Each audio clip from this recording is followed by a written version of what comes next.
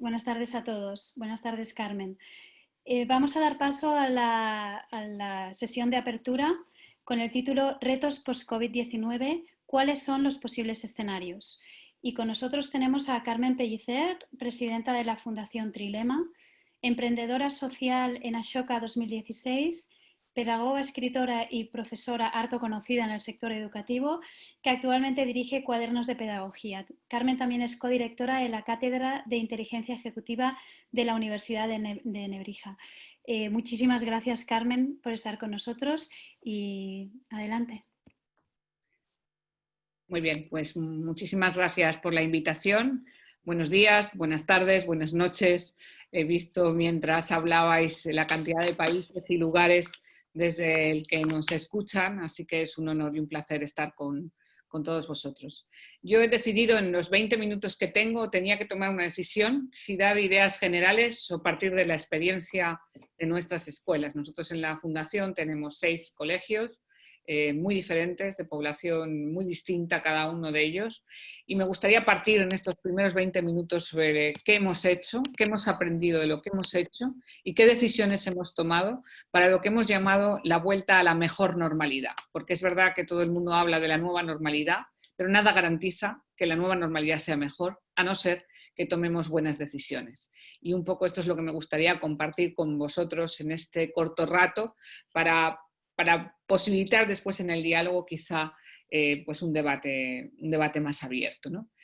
¿Qué problemas abordamos en un primer momento, ¿no? Yo me imagino que como en muchos lugares, nosotros fuimos de los primeros en Madrid de tener que cerrar los colegios. Nos fuimos en marzo pensando que iba a ser algo de como mucho un mes. Los más pesimistas decíamos que hasta después de Pascua no volveríamos y esto se ha ido alargando hasta la realidad que tenemos y que afrontamos en este momento, y es que vamos a pasar aproximadamente 5 meses fuera de las escuelas. Y los primeros problemas que tuvimos y que abordamos, pues como todos me imagino en cualquier lugar, fueron la falta de infraestructura tradicional. No teníamos aulas, no teníamos libros, nuestras familias eran muy vulnerables, muchas de ellas no tenían ni siquiera garantizada la comida, lo más básico, y tuvimos que hacer una tarea realmente social. Y por otra parte había una gran limitación tecnológica, de accesibilidad a los dispositivos, de competencia digital de los docentes, de la misma autonomía que muchos de los alumnos, a veces por falta de competencia, pero otras veces simplemente porque la edad, los más pequeños no tienen autonomía suficiente. Y por lo tanto se generó una brecha inmediata educativa que hemos tenido que ir abordando a medida que iba pasando el tiempo. ¿Qué pensamos que vamos a tener que abordar en septiembre, cuando las cosas ya parece que, como decían en la presentación, vamos a tener que convivir con el virus durante un largo tiempo? Bien, pues básicamente vamos a tener que vivir en la precariedad. Creo que vamos a tener que estar permanentemente preparados para cambios de situación.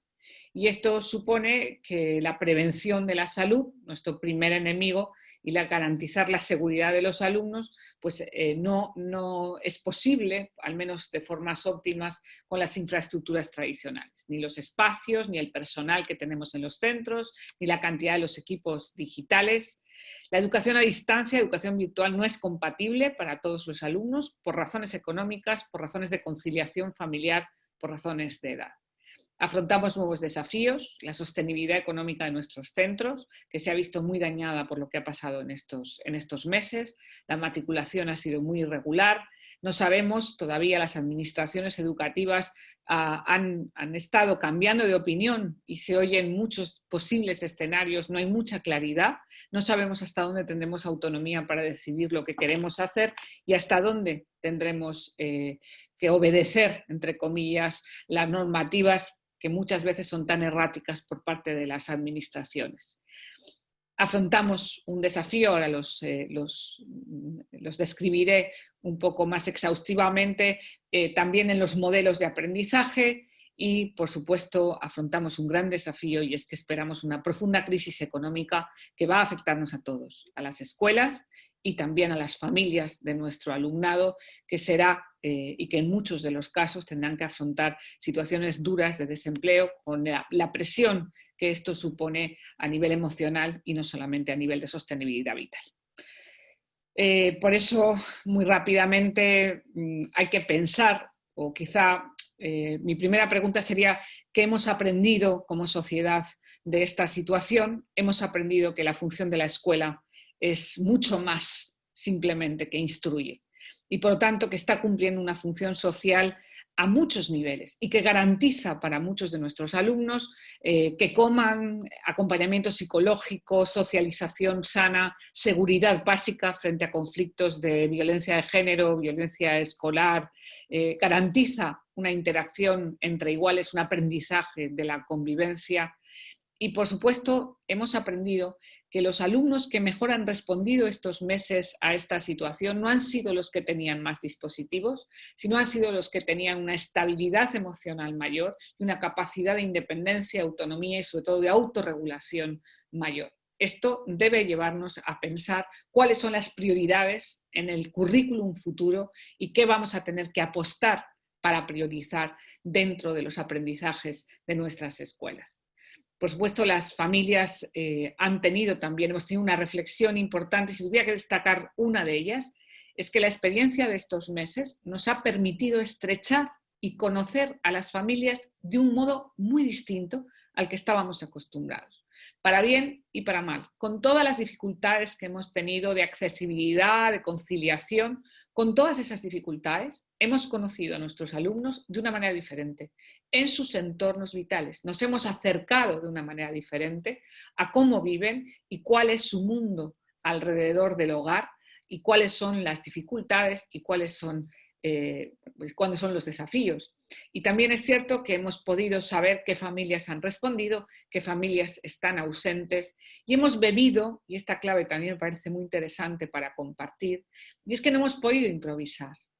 En la medida en que nuestras escuelas, y sobre todo los tutores, una figura que ha cobrado muchísima importancia en este tiempo, en la medida en que los tutores tenían una gran complicidad con sus alumnos y nosotros teníamos una relación fluida con las familias, hemos podido responder bien.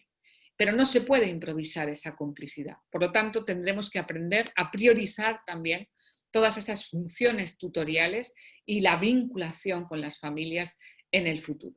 Y, por supuesto, otra gran lección de estos meses ha sido que también nosotros somos personas, hemos tenido malos momentos, hemos tenido momentos de dificultad, hemos tenido pérdidas, desgraciadamente hemos vivido muertes de familiares, muertes de docentes, hemos vivido dolor, tristeza, cansancio, desmotivación, impotencia, frustración, y toda esta experiencia que los claustros, los docentes y el personal de administración y de servicios ha vivido dentro de la comunidad educativa, tenemos que aprender a recogerlo, a procesarlo y a utilizarlo para aprender y para poder generar un ambiente y un clima positivo a la vuelta. Esas son las lecciones que yo creo que nos han llevado a dos cosas. Una, a descubrir que la rutina no es invencible. Yo me gusta repetir ahora esto, ¿no? Porque nosotros llevamos muchos años embarcados en la Fundación en acompañar escuelas e instituciones en procesos de gestión del cambio, en procesos de innovación, en formación, ¿no? Y siempre nos hemos encontrado con esta barrera, ¿no? Es que siempre se hace así. Como siempre se ha hecho así, es imposible cambiar. Bien, pues esto se ha demostrado ser mentira. Esta situación ha demostrado que como sociedad, como planeta, hemos sido capaces de parar y cambiar nuestras prioridades vitales. Hemos sido capaces de desaprender y de, por inmersión, como a quien arrojan a una piscina, hemos tenido que abordar y que cambiar todos y cada uno de nosotros nuestra forma de enseñar y nuestra forma de aprender. Y, en segundo lugar, hemos aprendido que hay cosas muy importantes, más importantes que terminar el tema 7 o sacar un 5,25 en matemáticas. Y, por lo tanto, esas prioridades a la hora de planificar septiembre, bueno, pues vamos a tener que ir haciendo algunas. Como tengo poco tiempo, voy a ir haciendo una selección y luego el material y el PowerPoint está a su disposición, de aquellas que me parecen más relevantes a la hora de compartir en un contexto tan diverso, tan plural y tan internacional como este. Creo que hemos aprendido que las redes son fundamentales, que solos no podemos responder y que la solidez de las relaciones docentes dentro de los claustros y, sobre todo, los grupos de centros, las redes que han podido compartir recursos, compartir aprendizajes, los profesores que se han podido ayudar mutuamente y hacer soporte, Esto ha sido una de las claves en la respuesta. Otra de las claves es la flexibilidad. Sobre todo las primeras semanas, cuando empezó toda esta situación, fuimos tremendamente flexibles. Hubo profesores, maestros, maestras que no manejaban para nada las redes, que no tenían dispositivos en sus hogares y se comunicaban con sus alumnos por WhatsApp. Incluso hemos tenido profesores que por teléfono, con la vecina de la abuela del niño, han logrado conectar. Y luego hemos tenido docentes en el otro extremo con una gran competencia digital y mucha facilidad para poder reconvertir su docencia en una modalidad diferente.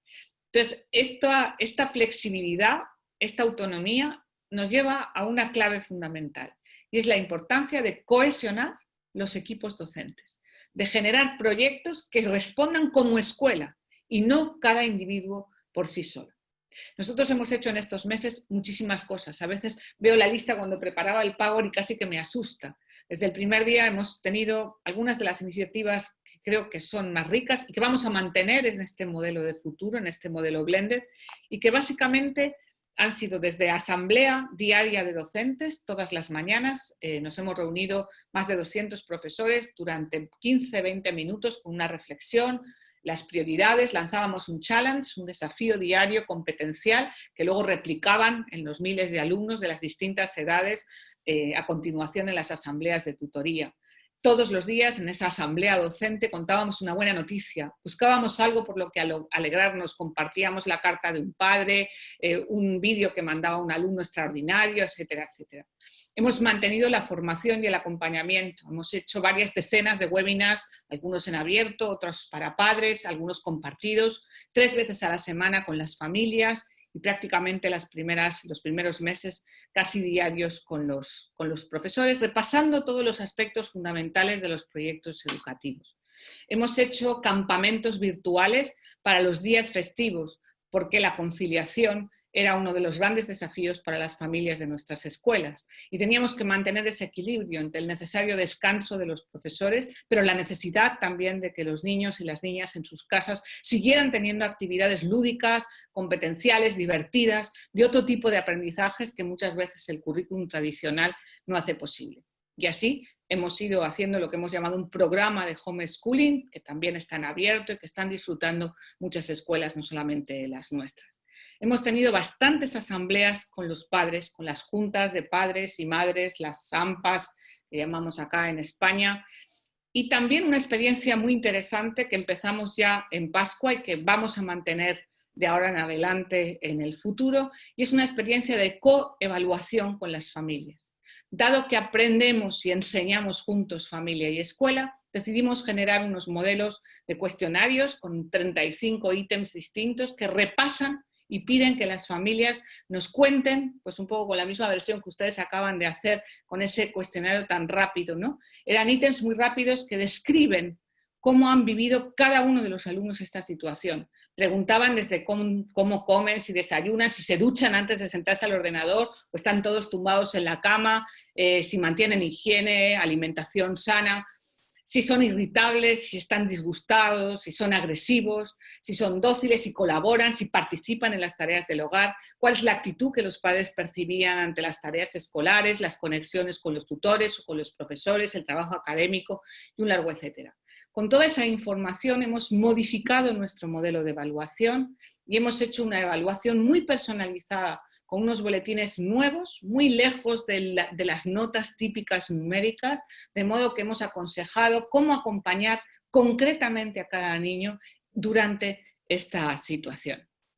Hemos cambiado los calendarios de evaluaciones, hemos cambiado incluso los calendarios de vacaciones. Nosotros llevamos ya años trabajando por proyectos interdisciplinares y verticales, así que generamos un único proyecto de geografía para todos los alumnos de primaria, proyectos de enriquecimiento curricular en secundaria, y han elaborado los alumnos en estas últimas semanas lo que hemos llamado el portfolio de confinamiento, donde han recogido evidencias de todo lo que ha pasado en sus vidas a todos los niveles durante este tiempo.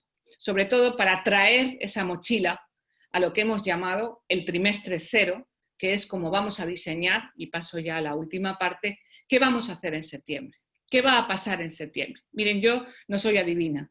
No sabemos si va a haber un rebrote o no va a haber rebrote. No sabemos si los políticos se pondrán de acuerdo y tendremos unos guiones claros o no los tendremos.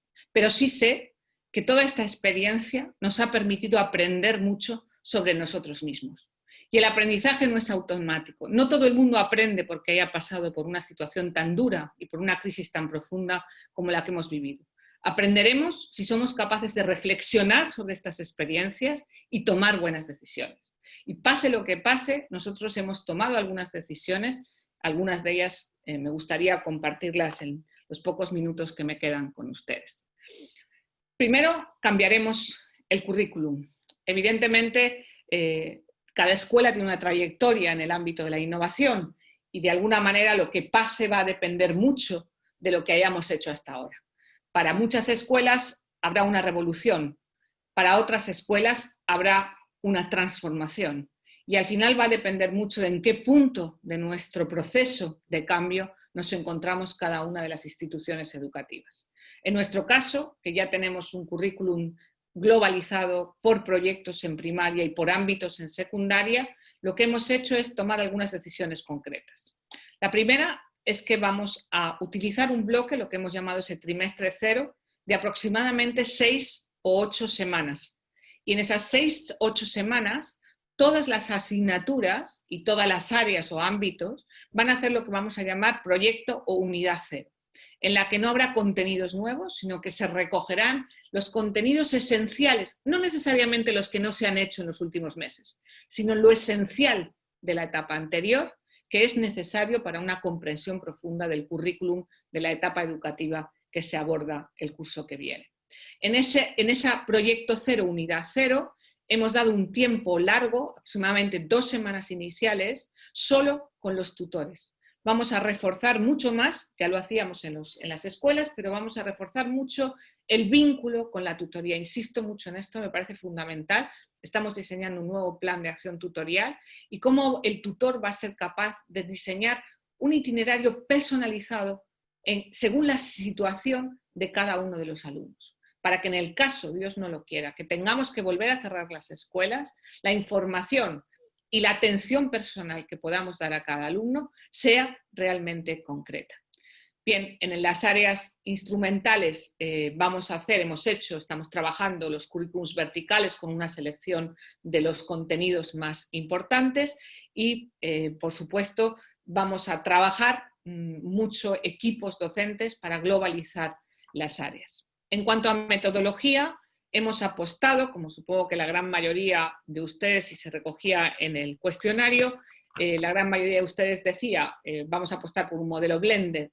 El modelo blended o el modelo híbrido no consiste, por lo menos a nuestro juicio, no consiste solamente en usar los dispositivos digitales. Consiste en entender el aprendizaje de una manera distinta. Entonces, en metodologías vamos a apostar por aquellas que fomentan la autonomía, la independencia y la capacidad de organización. Nuestra opción en nuestras escuelas es escolarización al 100%, es decir, presencialidad al 100% siempre que sea posible. De modo que vamos a concebir, hemos dibujado unos planos de cada escuela, concibiendo la escuela como aula única. De modo que vamos a tener espacios donde va a haber lugares de trabajo independiente y tendrán los alumnos en grupos más pequeños, docencia directa y trabajo independiente, con dispositivo digital o sin dispositivo digital. Pero el sistema mixto no se refiere al uso de la herramienta, se refiere a la concepción que el profesor haga a la hora de planificar el aprendizaje y combinar esos dos modelos de modo que al final los alumnos dentro de la escuela puedan trabajar de formas diferenciales. Hemos extendido el uso de una herramienta que nosotros tenemos desde hace tiempo, que son los dosieres de proyecto, que son dosieres que permiten una planificación para el alumno muy independiente de todos los itinerarios de trabajo. Normalmente los damos justo antes de empezar el proyecto, ahora los tendremos preparados para que se tengan con más anticipación en caso que no podamos volver, y hojas de ruta diarias donde los alumnos, sobre todo en las asignaturas instrumentales, vayan autogestionando los contenidos que tienen que cubrir, usando metodologías ágiles que muchos de ustedes conocen. Nosotros usamos mucho en los colegios el Kanban, que nos ayuda mucho a generar independencia en el aprendizaje. Por supuesto, la evaluación, llevamos ya muchos años apostando por la autoevaluación, el uso de rúbricas, dianas, reflexión metacognitiva y sobre todo para nosotros importantísimo el portfolio.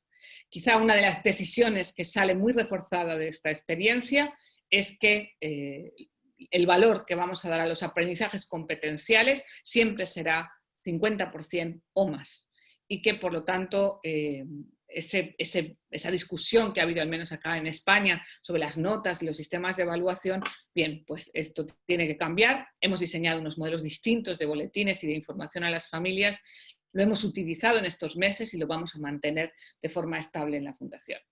Personalización, llevamos ya varios años apostando por las funciones ejecutivas y trabajando cómo estimularlas mediante el trabajo curricular de las áreas, con tecnología y donde no se puede sin tecnología. Aquí hemos tomado dos decisiones para septiembre. Una es priorizar las funciones ejecutivas que fomentan la autonomía, como es la de planificación, establecimiento de metas y persistencia, y establecer y generar los recursos con niveles de diferenciación de dificultad, con 3 niveles. Esto es algo que empezamos el año pasado y que queremos ahora extender. Y por supuesto, como todos ustedes, estamos comprando termómetros, geles, etcétera, etcétera. Entonces vamos a cambiar los horarios, vamos a tener, ya he dicho un poco que la clave es esa idea de aula única, de modo que haya espacios y los grupos vayan girando.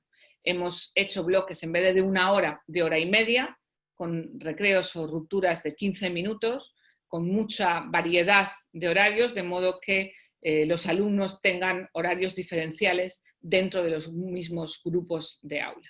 Y por supuesto, pues el comedor y demás, pues hemos tomado decisiones, me imagino como todos ustedes, a la espera también de la normativa que saque las ratios. Hemos cambiado los horarios de limpieza, las rutas, las puertas, hemos habilitado espacios, los gimnasios, el comedor, la capilla, de modo que sean como aulas. Y por supuesto estamos trabajando, y con esto termino, estamos trabajando en un cambio bastante importante en el modelo de desarrollo profesional docente. Una de las consecuencias de toda la experiencia que hemos vivido es que nuestro modelo de acompañar el desarrollo docente de nuestros propios profesores y de los profesores o de las escuelas a las que acompañamos en la fundación o en la consultora, pues va a cambiar.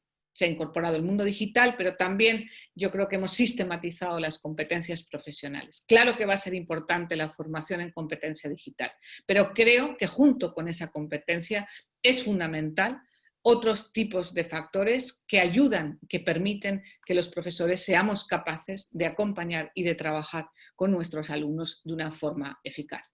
Me gustaría terminar, lo digo mucho en estos días, solamente recordando que volvemos. No sé, en cada país, en cada lugar, volvemos. Volvemos lunes, porque siempre volvemos lunes a las 9 de la mañana, estaremos sentados con nuestros alumnos. Esperamos que todos y cada uno de nuestros alumnos estén en esas sillas. Y seguro que ese lunes, cuando estemos allá, encontraremos y beberemos de nuestra vocación y nuestro compromiso para ayudarles a superar esta situación, a seguir aprendiendo de ella y con ella. Gracias. Carmen, ha sido muy inspirador, muchísimas gracias.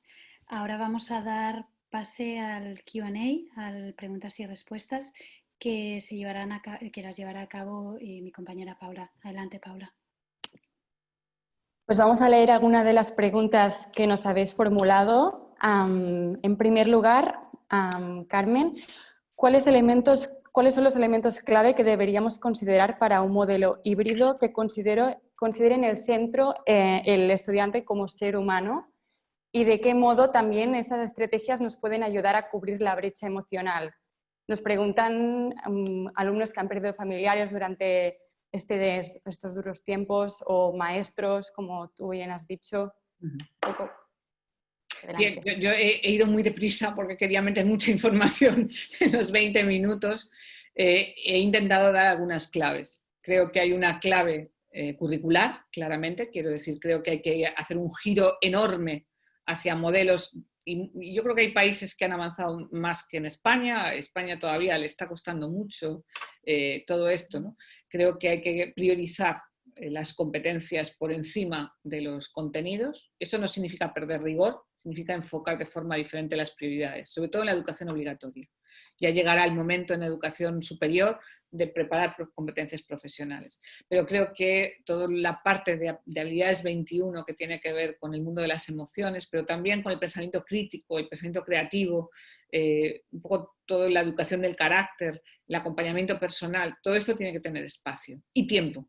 Hay que dedicar tiempo, porque siempre hablamos de esto, pero al final hay que terminar el libro de matemáticas y eso nunca nos deja tiempo, ¿no? Entonces creo que hay que priorizar y organizar los tiempos y los espacios, dejando lugar para un entrenamiento sistemático de estas competencias socioemocionales y también, por supuesto, de todo el tema de la salud. No se trata solamente de lavarse las manos y ponerse el termómetro. La salud es un concepto mucho más integral, tiene que ver con el cuidado de uno mismo. Nosotros hemos hecho un programa bastante sistemático y muy ambicioso de educación y salud, y dedicaremos todo el primer trimestre con todos los contenidos que están vinculados a ese programa. Creo que hay que situarlo y hay que hacerlo bien. No se trata de improvisar o de hacer una actividad, sino se trata realmente de organizar el horario de una forma distinta. Blended o sistema híbrido, insisto, no se trata solo de usar el ordenador. Se trata de jugar con los tiempos y los espacios. Yo recomiendo dedicar al menos 2 semanas iniciales al acompañamiento, al diagnóstico, a la evaluación de diagnóstico que tradicionalmente en las escuelas la hemos hecho haciendo un examen de cuánto recuerdan de los verbos irregulares en inglés, pues ahora hay que cambiar ese enfoque. Y ese diagnóstico inicial tiene que recoger todos los aspectos del desarrollo y después hay que intervenir y hay que acompañarlos.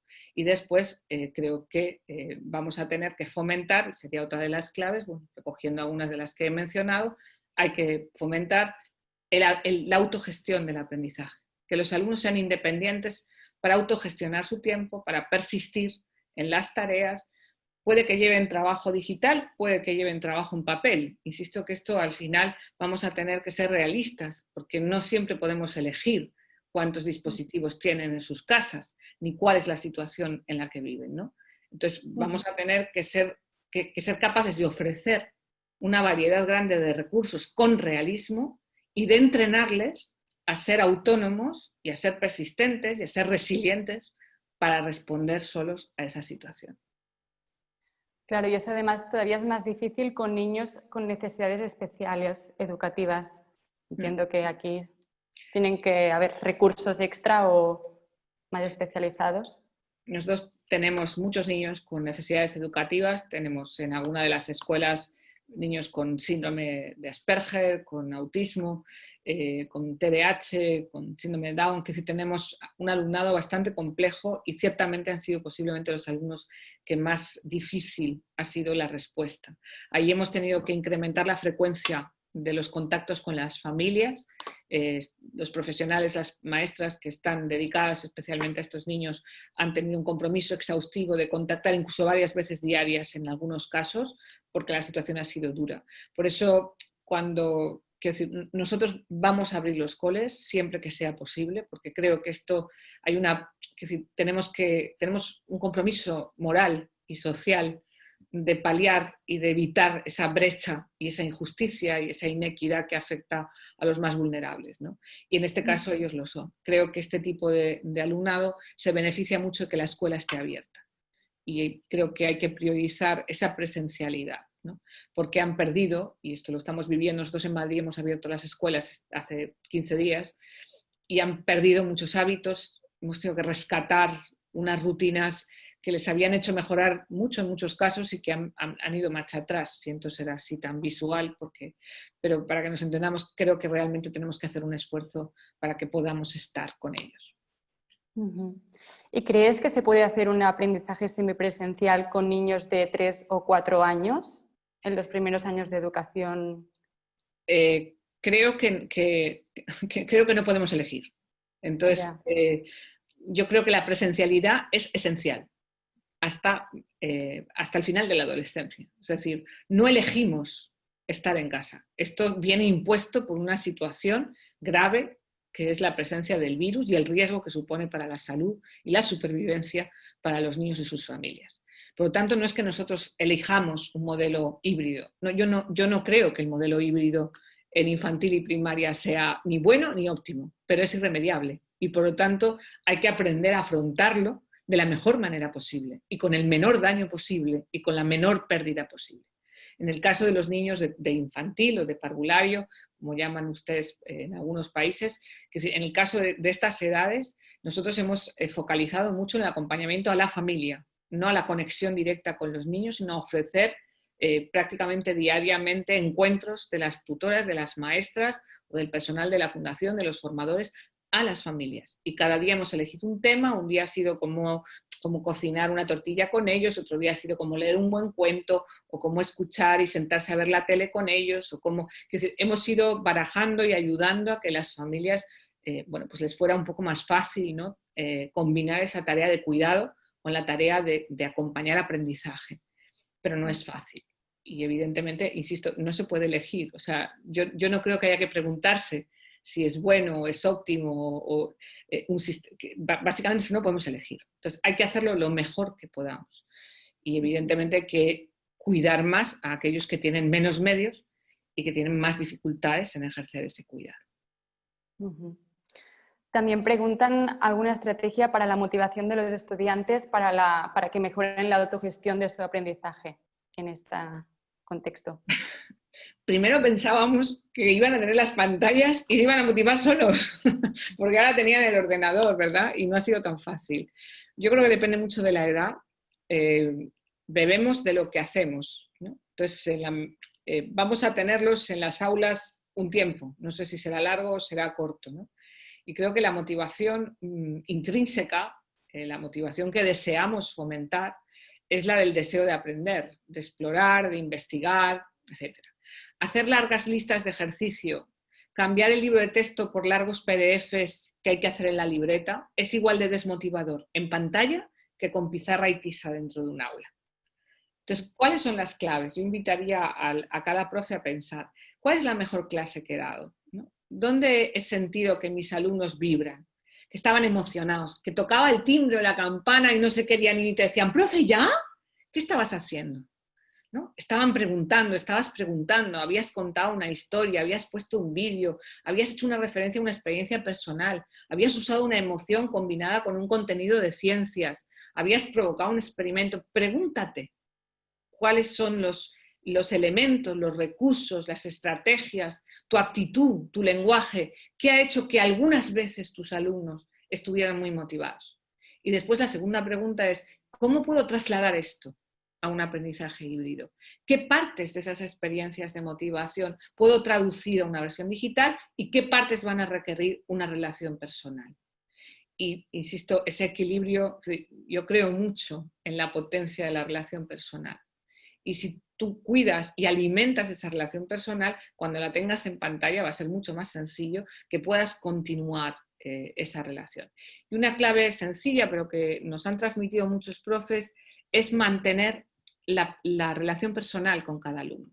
Hemos hecho mucho grupo, mucho Zoom, mucho webinar, mucho YouTube, con los grupos, con las clases, y nos dicen los profesores y los tutores, resérvate tiempo para el 1-1. Ya sé que es complejo porque tenemos muchos alumnos, sobre todo en secundaria, pero reserva espacios donde puedas hablar de tú a tú, porque eso es lo que alimenta y nutre las relaciones valiosas. Y esas son las que después llevan a que el alumno quiera aprender contigo. Vale, Leo, creo que será la última, quedamos un poco justos. ¿Cómo podemos vencer la reticencia de algunos docentes, departamentos, para cambiar el paradigma de la educación y reflexionar sobre lo verdaderamente importante, tanto en el currículum como en otros aspectos? O sea, aquellos que les cuesta el cambio. Bien, yo creo, lo he dicho a lo largo de la intervención, que todos hemos aprendido que las cosas se pueden hacer de otra manera y que la rutina no es invencible y que lo que hacíamos no es la única manera de hacer las cosas. Creo que todos salimos de esto con la lección aprendida. Ahora va a depender de aquellos que tienen responsabilidad, del liderazgo que se ejerce en las instituciones docentes para tomar esa experiencia y convertirla en sabiduría y tomar buenas decisiones y proyectos de centro. Y obligar a aquellos que son más reticentes a entrar en un modelo y a entrar y a participar de una dinámica diferente. Creo que ahora hay un gran desafío para todos aquellos que tienen autoridad o responsabilidad, desde los que están en administraciones, inspección educativa, gobiernos, hasta los que están en las direcciones de los centros, las coordinaciones de los departamentos. Todos los que tienen una responsabilidad van a tener que aprovechar este momento de crisis para diseñar esa mejor normalidad, es decir, diseñar y acercarse a la escuela que soñamos, que es la escuela que puede responder a los alumnos que queremos. Y también preguntaban, ¿los horarios deberían ser los mismos o deberían adaptarse también a esta nueva situación? Estamos haciendo un trabajo enorme de adaptación de horarios, ¿vale? Un cambio bastante importante. Estamos cambiando el tiempo de docencia directa de cada asignatura, prácticamente reduciéndola al 50%. Una asignatura que tiene 4 horas pasará a tener docencia directa de 2, por lo que pueda pasar, ¿vale? Y el resto tendrá que el profesor diseñar trabajo independiente. Si no hay problema y el virus no vuelve y está allí, habremos ganado que nuestros alumnos se hagan más autónomos en el diseño del aprendizaje. Y si hay que salir, pues sabremos que esos alumnos podrán estar trabajando solos. Entonces hay una parte de reducción del horario tradicional, entendido como docencia directa de las asignaturas. Eso por una parte. Por otra parte, la apuesta nuestra grande es por proyectos y por ámbitos, es decir, trabajar la interdisciplinariedad como eje fundamental de la organización de la escuela. Esto supone que en vez de tener sesiones de 45 o 50 minutos, vamos a tener sesiones más largas de hora y media, ¿vale? Que permite que los grupos tengan trabajo de proyecto con más independencia y los profesores no se muevan tanto, puedan tener profesores que tengan grupos. Entonces, sí que ciertamente estamos haciendo un cambio horario. Y luego tenemos organizados los horarios en 3 bloques, ¿vale? Hay un bloque inicial a primera hora de la mañana de áreas instrumentales, en primaria. Hay un bloque final de proyecto, con una parte de 2-3 horas de proyecto interdisciplinar, y luego lo que hemos llamado exóticas, pues un poco como estamos organizando educación física en grupos pequeños, o música, o áreas que tienen una idiosincrasia distinta, y que entonces lo que estamos, dependiendo de los recursos de cada escuela y de los espacios, pues estamos haciendo una organización. Entonces la respuesta es sí, claro que tenemos que cambiar los horarios. Y es una oportunidad de que nos dejen hacer lo que queramos. Yo creo que nadie mejor que cada escuela sabe cuáles son sus posibilidades, ¿no? Y creo que esa invitación a la libertad de hacer las cosas bien va a ser la fuente un poco de cambio y de transformación que necesitamos. Muchas gracias, Carmen. Muy bien, muchísimas gracias, Carmen. Los comentarios son ya de mucho agradecimiento en el chat aquí, por lo cual, si nos permites compartir tu presentación, los asistentes, sería yo creo que muy agradecido por muchos de ellos. Y yo me quedo con 3 ideas de todo lo que has dicho, ¿no? Por un lado, que tenemos que estar preparados para cualquier escenario, porque realmente no sabemos lo que vamos a encontrar y pase lo que pasa, tenemos que afrontar la realidad. Segundo, reforzar el rol del tutor para realmente establecer este vínculo muy fuerte entre el tutor y sus alumnos como persona de referencia para cualquier escenario.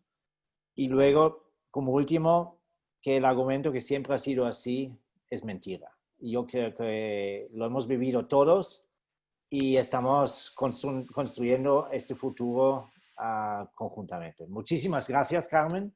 Saludos y espero